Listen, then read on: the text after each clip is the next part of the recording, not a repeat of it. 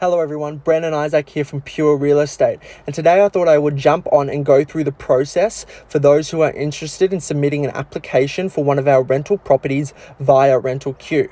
Now, RentalQ is an app that you can access on iPhone and Android, and it looks like this. Now, once you've downloaded this and click on it, it will come up with some personal information that you will need to fill in.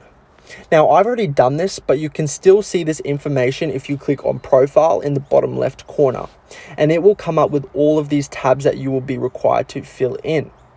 Now, if I click on About Me, I can see my personal information and my emergency contact information. If I go back and I click on Rental History, now rental history is a common question we get asked in relation to our applications. So if you have previous rental history, you would put this information in this section. However, if you have no prior history and say you still live at home, you can still put your current living status in this section. To do so, you would click on the plus sign in the bottom right corner. You would click current address and you would put in your address. So say I am at 388 Lutwyche Road, Windsor. I would go next.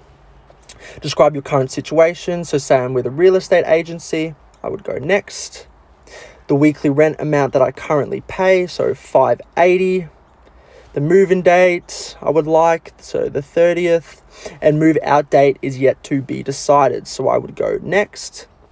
In this section, you would put your current agency's details in, so the name, the email address, and the phone number. This is important to get right, as it will send a rental reference to your agency, and they will send that back to us. So if I go back and click on occupants. So if you're looking to move in with a few other people, you would click on co-occupants.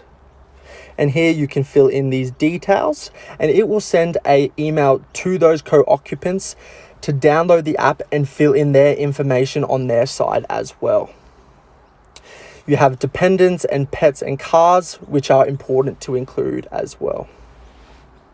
Employment history, so you have employment, self-employed, Centrelink, investment properties. So if I click on employment, I can see all the details that I need to fill in.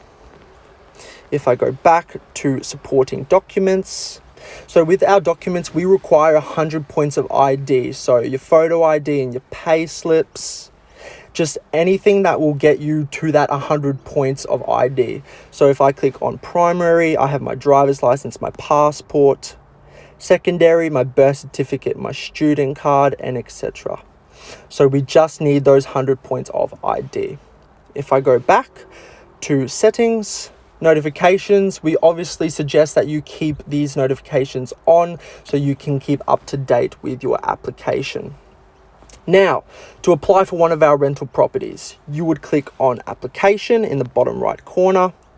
You would click the little send icon in the bottom right. And you would select the property that you are interested in. So say I'm interested in 7 Orford Street, Tarragindi. I would click next.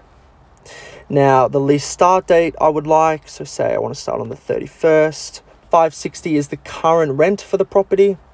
And we also want to know if you've inspected the property as well. So say I have, I would go next. Select the length of lease. So I want a 12-month lease. And here, property manager's details. You don't have to fill in anything in this section. You just have to push submit application. And this will pop up in the processing tab at the top. And you also have approved and accepted.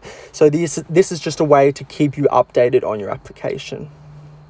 So that's all, guys. I hope that was easy enough to follow and answered a few questions that you may have. However, if you still have a few questions, feel free to contact us on these details.